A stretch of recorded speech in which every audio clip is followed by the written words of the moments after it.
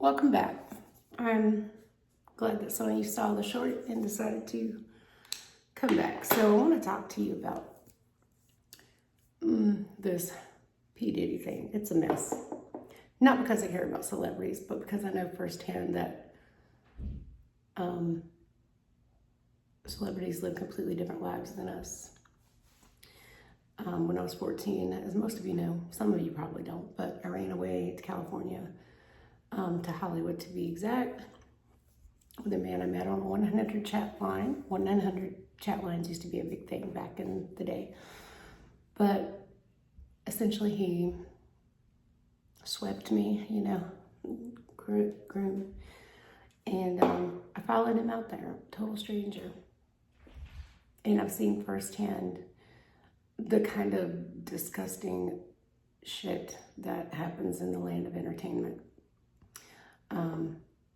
I had one lady of the night, let's say it was a shame I was so young because she could get me some dates. Another guy offered me drugs, and one guy came up and told me how stunning I was, and that if I would go to his house on the hill, he could make me a star. His house in the hills. Luckily, although I was naive about a lot of things, I was not naive as to what he meant by make me a star. I spent 6 weeks under a bridge in Hollywood. Covenant House gave us food and let us use I don't know if it was Covenant House, this was a long time ago, January 1990, but there was a place called The Way In, and people would hang out and, you'd get prayed for and stuff. Covenant House would give us, they'd bring the sandwiches and the Kool-Aid and stuff under there. And there was a lot of preaching, which was nice. But there were other people there trying to be famous and trying to be a star, and they ended up on the street. And there were plenty of bad people there trying to take advantage of that. I got really fortunate in that Covenant House bought my plane ticket home. But there's so much evil and so much corruption that happens in entertainment for the desire for the almighty dollar or fame. And I always grew up thinking I was going to be famous and rich and all that, just to escape the trailer park that I came from. Although I did have a real talent. I acted in some plays, and I had a solo in front of 300 people at church, Milton Hershey School. And I always thought that I was going to be one of the most famous country singers ever. But, life doesn't always work that way. We don't get what we want. And I don't think that I would trade what I have now for that. The money would be nice, I can't lie. But for practical reasons, dental work, health issues, unfortunately, you do need money for that. But I wouldn't trade having a normal family for that life of, debauchery. You're lucky if you can stay, clean, I guess. And I know my genetics, and it probably wouldn't do good for me to have so much money that I never even had to check my bank account. But money itself is not evil. It's the love of money. The things people do for money, that's evil.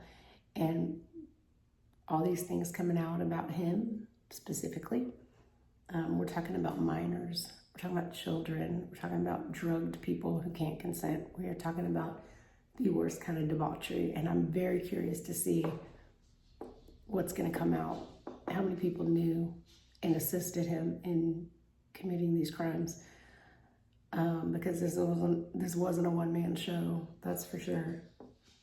But I've seen that kind of evil, I've seen it, and preying on young people, naive people, innocent people who've never been exposed to things.